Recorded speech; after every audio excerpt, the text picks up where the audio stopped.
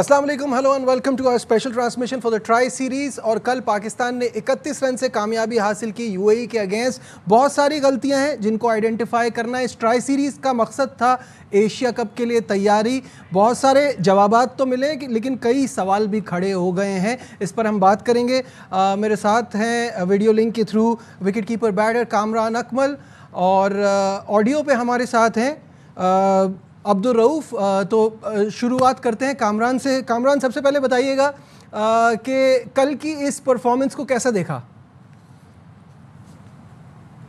इस try series में तो आपको नज़र आ ही रहा था कि पाकिस्तान नंबर 1 टीम है और वैसे ही उन्होंने परफॉर्म किया। ठीक है, एक मैच हम अफ़गानिस्तान के ख़िलाफ़ अच्छा नहीं खेले, यूएई के ख़िलाफ़ तो हमें ऐसे ही थोड़ा मुश्किल तो हुई है। उन्होंने फील्डिंग अच्छी की होती तो शायद हम और ज़्यादा ट्रबल में होते। बस यहाँ पे नज़र आया वो इनएक्सपीरियंस टीम थी। लेकिन आपने जो बात की ना कि इतनी गलतियाँ, उस पर हमने कंट्रोल किया या नहीं किया, मुझे नहीं लग रहा कि अभी तक हमने कंट्रोल किया, कोई काम किया। प्लेइंग साइड हो चाहे बैटिंग, आप देखें कैसे हो रही है, शॉट सिलेक्शन कैसे हो रही है, बॉलिंग कैसे हो रही है। तो ये सारी चीज़ें अभी मुझे लग रहा है कि प्रॉपरली एशिया कप से पहले हो नहीं रही, जिसका फ़ायदा हमें एशिया कप में होना चाहिए। गलतियाँ ओवरकम करनी चाहिए, लेकिन वहीं पर रुकी हुई मज़ीद करते जा रहे हैं। बिल्कुल सही कह रहे हैं कि गलतियां काफ़ी सारी हो रही हैं। अब्दुल रऊफ भी हमारे साथ हैं, उनसे बात करते हैं। रऊफ, सबसे पहले बैटिंग में तो हमने गलती की ही, बॉलिंग को आप कैसा देख रहे हैं इस वक्त? क्योंकि जो मैंने शुरू में कहा कि कई और सवालात खड़े हो गए। अभी एशिया कप से पहले हमें पता होना चाहिए था कि हमारी मेन प्लेइंग 11 क्या है। हम अभी भी कंफ्यूज हैं। पाकिस्तान टीम में और इनसे ना तो प्लेइंग 11 बनाई जा रही है और ना ही अगर वीक टीम आती है। जिस तरह आप यूएई के खिलाफ, मेरा नहीं ख्याल कि पाकिस्तान को यूएई के खिलाफ भी फुल स्ट्रेंथ के साथ जाना चाहिए था। आप देखें कि आप फाइनल में तो पहुंचे ही हुए हैं, तो फिर आप चांसेस जो आपके बेंच, एक तो आपके बेंच स्ट्रॉन्ग नहीं है, फिर जो साथ लेकर जाते हैं आप उनको भी चांस देने को तैयार नहीं है यूएई के खिलाफ। तो फिर वो उनकी प्रिपरेशन क्या होगी? क्या जो आपके बाहर बैठे लड़के हैं, जिस तरह वसीम जूनियर है या बाकी लोग हैं, खुशदिल शाह है, हुसैन तलत है, क्या आप इनको डायरेक्ट एशिया कप पे ट्राई करेंगे अगेंस्ट जो टॉप टीम्स है उनके खिलाफ? तो यहाँ पे मेरा ख्याल है कि एक पैनिक बटन है, और जो पाकिस्तान टीम की मैनेजमेंट है और जो स्ट्रेटजी है उसकी कोई मुझे समझ नहीं आ रही। ना उसका कोई सर है ना पाँव है। तो आप हर टीम के खिलाफ एक ही आप स्ट्रेंथ के साथ खेलते चले जा रहे हैं। बिल्कुल, ये बड़ा वैलिड पॉइंट है कि आपको अपनी बेंच ट्राई करने के लिए सबसे ज़्यादा इम्पॉर्टेंट यही था कि आप इन लड़कों को इस ट्राई सीरीज़ में मौका देते, यूएई के ख़िलाफ़ मौका देते। अब बताइए, वसीम जूनियर हो गए, हुसैन तलत हो गए, ये आप लेके तो गए हुए, अब इनको क्या पता कि ये कहाँ खेलेंगे और किस फॉर्म में है? कामरान, बिल्कुल ऐसे ही है। देखें, हम भी यही कहते हुए आ रहे हैं कि आप अफ़गानिस्तान के ख़िलाफ़ अपनी फुल स्ट्रेंथ के साथ जाएं, यूएई के ख़िलाफ़ आप अपने उन प्लेयरों को रेस्ट दें, मौका दें कि वह उनका वर्कलोड मैनेज हो, क्योंकि एशिया कप में बड़ी जान लगानी पड़ेगी। वहाँ पे आपको 3 टीमों से बड़ी फाइट करनी पड़ेगी। नंबर 1 इंडिया, फिर नंबर 2 श्रीलंका, फिर 3 पे अफ़गानिस्तान, फिर बांग्लादेश भी। हम वहाँ से हार के आए हुए हैं, तो हमें अपनी प्लेइंग 11 का नहीं अंदाज़ा हो रहा, हमें कंडीशन का ज़ीरो आइडिया, और मैनेजमेंट का भी मुझे लग रहा है कि कोई उनको पता नहीं है कि क्या हमने गेम प्लान बनाना है, किस सोच के साथ जाना है। ये सारी चीज़ें फिर खुशदिल शाह, वसीम जूनियर है, हुसैन तलत है, हसन अली है, आप शाहीन को खिला रहे हैं। मुझे समझ नहीं आ रही कि यूएई के खिलाफ क्यों डर रहे हैं। एक इंग्लैंड में ओडीआई सीरीज़ हो रही है, वो 2 स्पिनर्स के साथ खेल रही है। हम लोग जहाँ पे 2 स्पिनर्स खिलाने चाहिए वहाँ पे 1 स्पिनर्स के साथ जा रहे हैं। तो ये सारी चीज़ें बड़ा कंसर्न है पाकिस्तान टीम के लिए कि क्यों नहीं अपनी गलतियों से सीख रहे। वेस्ट इंडीज़ में हमें मार पड़ी, हम अपनी बॉलिंग के साथ कॉम्प्रोमाइज़ कर रहे हैं, यहाँ पे कर रहे हैं। आपने इब्रार को खिलाया, उसने परफॉर्म किया, यहाँ पे आपको 2 स्पिनर्स के साथ जाना पड़ेगा। मुझे आई डोंट नो कि सफियान को क्यों नहीं आप दोनों को इकट्ठे खिला रहे, सफियान को क्यों नहीं वो कॉन्फिडेंस दे रहा। उससे मार पड़ती है तो उसे ड्रॉप कर देते, इब्रार को पहले खिलाते, मार पड़ती है। जी, शाहिद हाशमी साहब भी हमारे साथ हैं, उनसे भी बात करते हैं। शाहिद साहब, अस्सलाम वालेकुम, वेलकम टू द शो। जो बात हो रही है प्लेयर्स ने की, उसमें कल बड़ा एक करारा जवाब दिया है अबरार ने अपनी सिलेक्शन को जस्टिफाई करते हुए कि ये बात ही नहीं समझ में आ रही कि आप यूएई में खेल रहे हैं और आपके पास 2 स्पिनर्स नहीं है। अगर आप सुफियान को खिलाते हैं तो अबरार को नहीं खिलाते, अब अबरार को खिलाया तो सुफियान को नहीं खिलाया। ये क्या चल रहा है?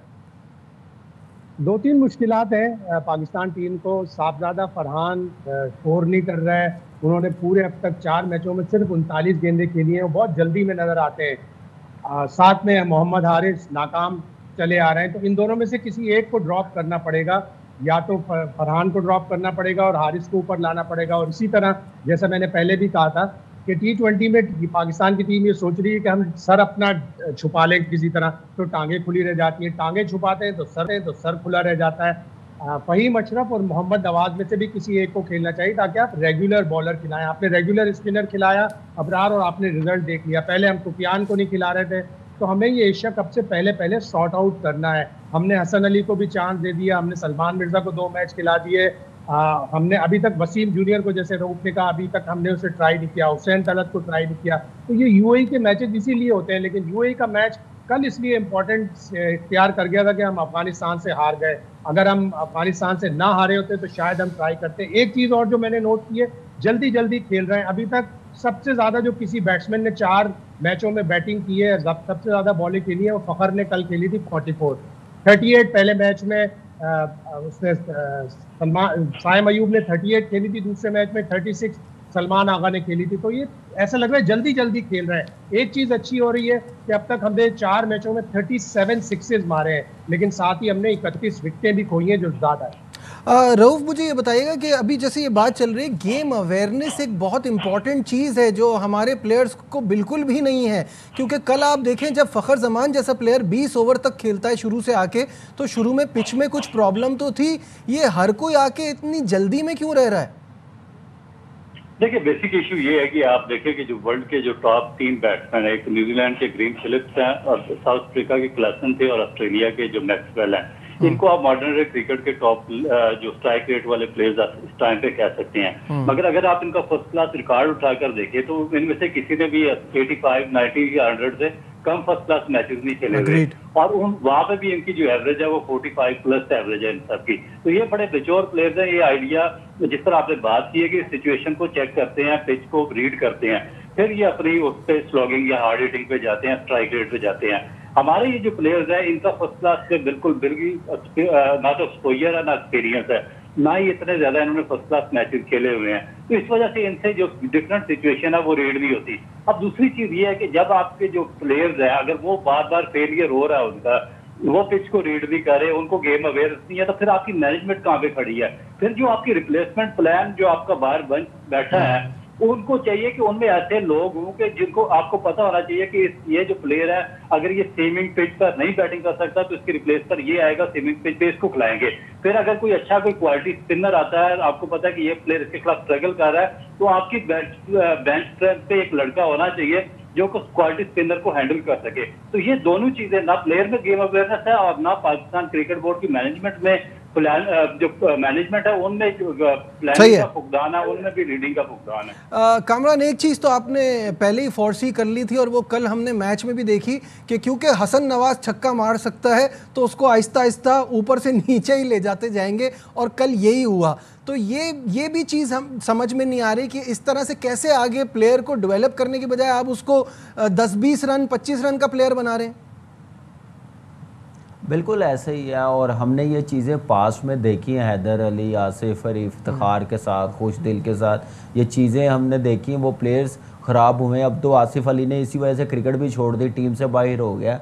तो आप एक प्लेयर्स को, मैंने हमेशा अपने बड़ों से सीखा है कि जो आपके बेस्ट प्लेयर होते हैं ना, उनको ज़्यादा से ज़्यादा आप टाइम देते हैं खेलने के लिए, क्योंकि वो स्ट्राइक भी रोटेट कर सकते हैं, पावर हिटिंग भी कर सकते हैं, और लास्ट के ओवरों में बड़ी हिटें भी मार सकते हैं। तो ये सारी चीज़ें बताई जाती हैं। लेकिन यहाँ पे उल्ट हो रहा है। आप देख लें, हसन को मैंने कहा था 4 पे शुरू हुआ, ओपन से 4 पे आया, 4 पे सेटल हुआ, रन्स किए, 5 पे आ गया, और कल नंबर 6 पे आ गया। तो ये चीज़ें किसी प्लेयर्स को बड़ा ख़राब करती हैं, कॉन्फिडेंस लेवल बहुत नीचे चला जाता है। फिर आपका वो फॉर्म में है तो टीम भी, कॉन्फिडेंस टीम का भी ख़राब होता है। तो ये सारी चीज़ें चल रही हैं, और हम ये कहते हुए आ रहे हैं कि जैसे वो रऊफ ने बात की है ग्रैंड फिलिप्स की, मैक्सवेल की, हम ये बात करते आ रहे हैं जब आप क्रिकेट खेल के लाएंगे ना, तो हमें ऐसी बातें करने की ज़रूरत नहीं पड़ेगी, और मैनेजमेंट को भी नहीं पड़ेगी, और आपको एक क्रिकेट खेलता हुआ माइंडसेट आएगा। जैसे रऊफ खेलता था, हम लोग उस बैच के लड़के ऐसे नहीं आ जाते थे, एक प्रोसेस के साथ आते थे। अब वो प्रोसेस नहीं है, ना पाकिस्तान क्रिकेट बोर्ड में है किसी को रखने का, ना सिलेक्शन में है, ना आपके सिस्टम में है। सिस्टम तो खैर ख़त्म ही कर दिया। अब सिर्फ प्रोसेस क्या है कि आकिब भाई का कौन सा फेवरेट है, कप्तान का कौन सा है, कोच का कौन सा है, चेयरमैन साहब का कौन है फेवरेट, वो बस ऐसे खिला रहे हैं टीम और ऐसे चला रहे हैं क्रिकेट। तो ऐसे बेहतर तो नहीं ना होगी। सही है। शाहिद भाई, प्रोसेस के हवाले से आप कुछ ऐड करना चाहेंगे? बिल्कुल, प्रोसेस तो खराब से खराब होता जा रहा है। कल मैं एक क्लिप देख रहा था किसी फर्स्ट क्लास मैच की, बॉलर रन अप कर रहा है और मिड ऑन का जो फील्डर है वो बैठा हुआ है, घुटनों के उस पे बैठा हुआ है, और जब उसने बॉल करा दी उस वक्त तक बैठा हुआ है। तो ये आपका सिस्टम है। ये एक छोटा सा क्लिप प्रोजेक्ट करता है कि आपकी डोमेस्टिक क्रिकेट कहाँ खड़ी है। और अब तो गवर्नमेंट की तरफ से ऑर्डर हो गया। पहले हम एक दिखावा करते थे कि प्राइम मिनिस्टर 2 नॉमिनेशन देते थे, उसमें से एक इलेक्ट हो जाता था, वो भी एक रस्मी कार्रवाई थी। अब डायरेक्ट प्राइम मिनिस्टर डेजिग्नेट करेंगे कुछ अहम इदारों के सरबराह, उसमें पाकिस्तान क्रिकेट बोर्ड भी शामिल है। तो जो खुदा हाफिज था उसका खुदा ही हाफिज। हाँ, चले फिर ये तो मामला ख़त्म ही हो गया ना। अब हम इसमें आगे क्या उम्मीद रख सकते हैं। खैर, यहाँ लेते हैं एक छोटा सा कमर्शियल ब्रेक से वापस आएंगे, डिस्कशन आएंगे, हमारे साथ रहिए। Once again, cut in the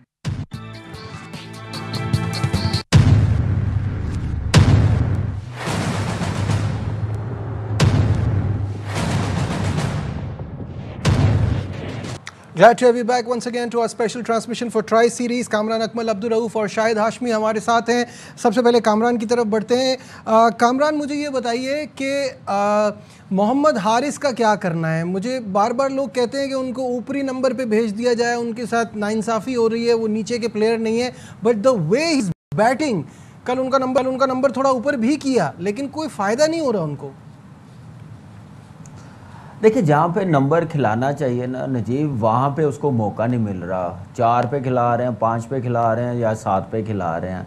आप उसको फॉर्म में लाने के चक्करों में ना अपना प्राइम बैट्समैन जो उनका है ना, जो फॉर्म में हसन नवाज, उसको ख़राब कर रहे हैं। अगर सलमान खुद कंफ्यूज हो रहा है, तो इसलिए फर्स्ट 6 ओवर में आप उसको खिलाएंगे ना, तो मुझे लगता है कि वो अगर फर्स्ट 6 ओवर्स खेल गया जहाँ पे 50 होता है या 55 होता है, वहाँ पे आपको 65-70 रन कर सकता है। आप एक मौका दें। अब जो करना है एशिया कप के बाद ही होगा। अभी हमारा काम है कि इसको बेस्ट पोजीशन पे खिलाएं जहाँ पे वो सूटेबल हो, टीम के लिए बेहतर हो। फॉर्म उसकी अच्छी नहीं है, शॉर्ट सिलेक्शन एक ही। शाहिद भाई, आपकी तरफ टेक्निकल मसला हो गया कामरान के लिंक से। शाहिद भाई, ये बताएं कि कामरान कह रहे हैं उनको ऊपर खिलाना चाहिए। अब तो कल फ़खर जमान ने भी परफॉर्म कर दिया। अब आप साहबजादा फरहान ऑल्दो परफॉर्म नहीं कर रहे, लेकिन उनके अंदर स्किल है, वो कर सकते हैं। Saim Ayub time and again performance दे रहे हैं। अब ये इन तीनों में से किसको हटा के लाया जाए मोहम्मद हारिस को? एक कैच 22 वाली सिचुएशन है कि क्या किया जाए। आया हारिस को ऊपर करके एक एक दर्जे सबको नीचे किया जाए, 4 पे आ जाए फ़खर, और नीचे करना पड़ेगा और प्लेयरों को। तो अभी अजीब मखमसे की सिचुएशन है। आपको खुशदिल शाह को भी एडजस्ट करना है, वो भी नीचे आके छक्के मार लेता है। लेकिन इस ट्राई सीरीज से हमें पता चला, जिस तरह रऊफ बात कर रहे थे, जिस तरह कामरान बात कर रहे थे, कि हमारा सिस्टम, हमारा प्लेयरों को जो ग्रूम करने वाला सिस्टम है ना, वो प्रॉपर नहीं है। और अब तो इतनी T20 लीग होती है कि इन प्लेयरों के पास फर्स्ट क्लास क्रिकेट खेलने का मौका ही नहीं मिलता। मैंडेटरी कर दे पाकिस्तान क्रिकेट बोर्ड के आपको डोमेस्टिक क्रिकेट के हर सीजन में 6 से 8 मैच खेलने ही खेलने हैं, 4 रोजा मैच 6 से 8 खेलने ही खेलने हैं। तो फिर इन प्लेयरों की प्रॉपर ग्रूमिंग होगी। और इस ट्राई सीरीज से बहुत से प्लेयरों का पता चला कि वो स्पिन के ऊपर कितने एक्सपोज हुए हैं। हसन नवाज को देखें आप, बुरी तरह वो स्पिन पे एक्सपोज हुआ है। अफगानिस्तान के खिलाफ पहले मैच में, अफगानिस्तान के खिलाफ दूसरे मैच में, यूएई के खिलाफ कल वो हैदर अली के ऊपर बहुत कंफ्यूज नजर आ रहे थे। तो ये हमारे इस वजह से ही है कि हमारे ये प्लेयर डोमेस्टिक क्रिकेट में और फर्स्ट क्लास क्रिकेट में नहीं खेलते। तो अब ये हेड कोच को और सलमान को मिल के डिसाइड करना है, और एशिया कप से पहले डिसाइड करना है। अच्छा रऊफ, मुझे ये बताइए कि अभी हम बॉलिंग के ऊपर बात कर रहे थे। फ़हीम अशरफ ने एक मैच पहले अपनी T20 करियर की बेस्ट बॉलिंग कराई, मैन ऑफ द मैच रहे। इस मैच में एक ओवर में 11 रन पड़े तो उनको दूसरा ओवर नहीं मिला। तो आप अपने बॉलर को कॉन्फिडेंस देते हैं, ना कि उसकी अच्छा जो उसमें वो कॉन्फिडेंट है उससे छीन लिया जाए कॉन्फिडेंस? देखिए, मेरा ख्याल है कि सिचुएशन ऐसी थी, और फिर आप क्या कैप्टन रिलाई उस टाइम पे आप पे करेगा जब आप कंसिस्टेंट परफॉर्मर हूँ। अगर आपकी परफॉर्मेंस 1 से ना ब्लू मून हो, आप 4 साल के बाद एक परफॉर्मेंस दी और फिर उसके बाद अगले 2 साल वेट करें, तो फिर जो कैप्टन का कॉन्फिडेंस है आपके ऊपर वो भी बिल्ड नहीं होता। इसी तरह बैटिंग है, इसी तरह बॉलिंग है। और इसी आप देखें कि अगर उनसे वहां पे ओवर करवाते रहते और उसको ना लाते अबरार को, तो आप तो यूएई से भी मैच मेरा ख्याल है कि बहुत ज्यादा आपका थ्रेटनिंग हो जाता है, क्योंकि 2 दफा यूएई आप पे स्ट्राइक कर चुकी थी। पहले आपकी बैटिंग में अगर 2 कैचेस वो ना ड्रॉप होते तो सिचुएशन डिफरेंट हो सकती थी। उसके बाद बॉलिंग में भी स्ट्राइक था, अगर कैरियर बेस्ट स्पेल ना होता अबरार का तो फिर भी आपके लिए सिचुएशन बहुत ज्यादा खतरनाक हो सकती थी। तो इसमें जब कोई परफॉर्मेंस के बावजूद एक कैप्टन बॉलर पे एतबार नहीं करता, कॉन्फिडेंस नहीं करता, उसकी वजह यही होती है कि वो बॉलर कंसिस्टेंट परफॉर्मर नहीं है। उसकी परफॉर्मेंस वंस होती है, एक दफा होती है, फिर मोस्ट ऑफ द टाइम वो फ्लॉप होता है। अच्छा शाहिद साहब, कल जो मैच में हमने देखा ना कि 2 क्रूशल कैचेस जो हैदर अली की बॉल पे यूएई के फील्डर्स ने छोड़े, एक 13 रन पे नवाज थे, 38 पे फ़खर थे, वहाँ से भी गेम उनके कंट्रोल में आ सकता था। उन्होंने भी वो कोई, क्योंकि पाकिस्तानी प्लेयर्स उस टीम में ज़्यादा हैं, उन्होंने भी वो पाकिस्तानी काम किया कि 15 ओवर तक तो बड़ी ग्रिप रखी और उसके बाद ऐसी छोड़ी कि मैच हाथ से ही निकल गया। अब ज्यादातर स्कोर आखिरी ओवर्स में ही हुआ और वो कैचेस छूटने के बाद आप देखें जो उनका लेफ्ट आर्म स्पिनर है हैदर, वो कितनी अच्छी बॉलिंग कर रहा था। पहले 3 ओवर में तो उसको रन ही नहीं पड़े, आखिरी ओवर में जाके उसके कैच छूटे और वो कैच छूटे जिसकी वजह से पाकिस्तान ने आखिरी 4 ओवर में 69, आखिरी 5 ओवर में 74, आखिरी 2 ओवर में 42 रन बना लिए। फास्ट बॉलर को खेलना ज़्यादा मतलब निस्बतन आसान लगता है, चौके छक्के लगते हैं उसको। यहाँ स्पिन होती है गेंद, तो स्पिन पे खेलना ज़रा मुश्किल होता है। और हैदर ने कल बड़ी ज़बरदस्त बॉलिंग की। वाकई इन प्लेयरों का ज़्यादातर सेटअप पाकिस्तान से शुरू हुआ है, तो इनकी फील्डिंग भी बिल्कुल पाकिस्तानी है। बिल्कुल ऐसा ही है। कामी भाई, अब आ जाते हैं इंपॉर्टेंट सवाल की तरफ। Final Sunday, what are your expectations और क्या स्ट्रैटेजी होनी चाहिए, क्योंकि अगेन इसके बाद हमें एशिया कप की तरफ बढ़ना है। देखिए नजीब, पहले तो 2 स्पिनर्स हर सूरत आपको खिलाने पड़ेंगे। आप 8 नंबर तक बैटिंग रखेंगे तो आप अपनी बॉलिंग के साथ कॉम्प्रोमाइज़ कर रहे हैं। और हारिस का काफ़ी आपको पता है कि फॉर्म उसकी नहीं है, नीचे वेस्ट हो रहा है। उसने 100 किया हुआ टॉप ऑर्डर में, तो आप उसको ऊपर यूटिलाइज़ करें और बेस्ट प्लेइंग 11 खिलाएं जो आपने एशिया कप में खिलानी है। चाहे वो बॉलिंग हो चाहे बैटिंग हो। वो एशिया कप में जो इस ट्राई सीरीज़ में हर मैच में आपने एक्सपेरिमेंट किए हैं, वहाँ पे आप करेंगे तो आपको वो टीमें मौका नहीं देंगी कमबैक करने का। तो यहाँ पे नज़र आना चाहिए कि आपने इस ट्राई सीरीज़ में क्या सीखा, क्या गलतियों से सीखा। कोई गेम अवेयरनेस आई है आपको, प्लेयरों को आई है, मैनेजमेंट को आई है, कंडीशन की समझ आई है, अपनी टीम पे कॉन्फिडेंस आया। आपने जो बेंच पे बिठाए हुए हैं आपको उन पे कॉन्फिडेंस नहीं है, आप यूएई के खिलाफ उनको नहीं खिला रहे। तो मुझे कन्फ्यूज़ लग रहा है ड्रेसिंग रूम और टीम लग रही है, मैनेजमेंट भी लग रही है। तो बेस्ट प्लेइंग 11 क्या बनानी है वो देखनी पड़ेगी फाइनल में। बिल्कुल सही है। चलते चलते शाहिद साहब ये बता दें, आज के मैच में बिल्कुल बात नहीं हुई, क्या कुछ एक्सपेक्टेशन है आज यूएई से आपकी? नहीं, अफगानिस्तान काफ़ी स्ट्रांग है और जिस तरह उन्होंने पिछले मैच में 4 स्पिनर खिलाए थे, वो 5वां स्पिनर भी खिला सकते हैं। मुजीब को उन्होंने बाहर बिठाया हुआ था, वो उमर दई को हटा के एक 5वां स्पिनर भी खिला सकते हैं आज के मैच में भी, फाइनल में भी। लेकिन वो जाहिर है इतने ज़्यादा नहीं करेंगे। जॉनथन ट्रॉट उनका इंग्लैंड का कोच है, तो वो इतनी ज़्यादा स्पिन नहीं करेगा। मेरे हिसाब से तो अफगानिस्तान इसको आसानी से जीत। बिल्कुल ठीक है। कामरान अकमल, अब्दुल रऊफ और शाहिद हाशमी हमारे साथ थे। आज के प्रोग्राम में बस इतना ही थी। इस बार नजीबुल हसनैन को इजाज़त। अपना बहुत ख्याल रखिए। अल्लाह हाफिज़।